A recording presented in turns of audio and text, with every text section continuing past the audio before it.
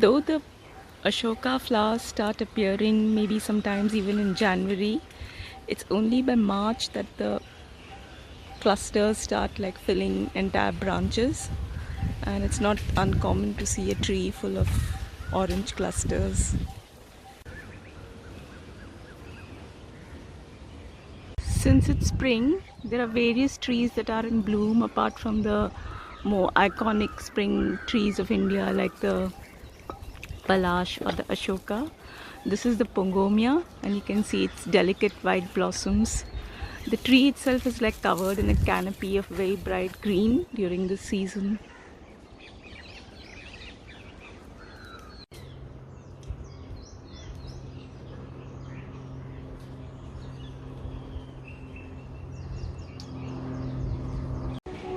That's the bright green leaves of the Indian almond.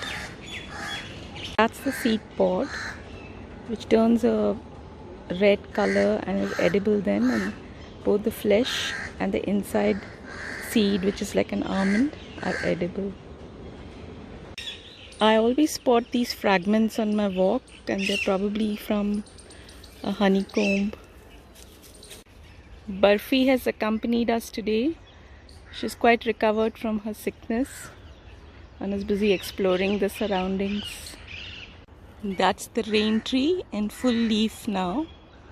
You can probably see some of the flowers right on top.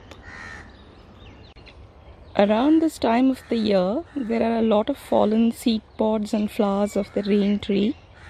The rain tree is not indigenous to India, but it's widespread now, and you could kind of say that it is indigenous. When you break open the seed pod, you can see a bit of resin that encases the seeds, and I'll just see if I can get a close-up.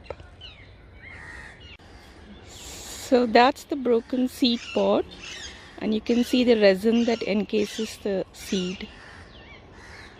Around our apartment complex, there are a lot of jungli jalebi trees, which kind of provide a natural wall as well as, I think, cut out sound.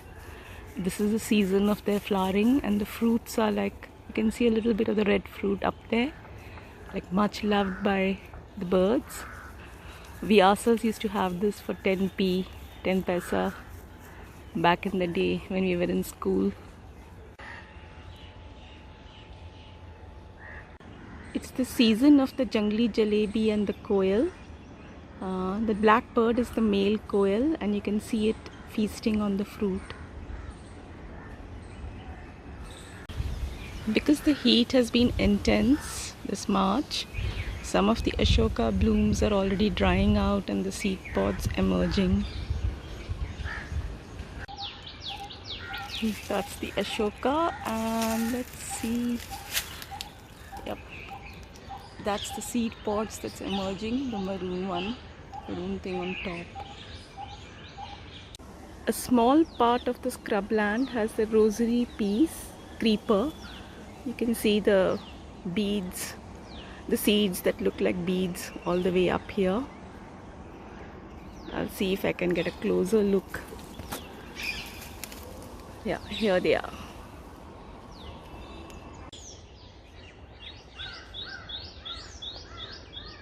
Lucy and her mum, Alu. Places that are falling apart make me oddly feel both melancholic and hopeful. Melancholic because something is dying, but hopeful because when you see a structure being reclaimed by nature, there's something very poetic and sweet about it.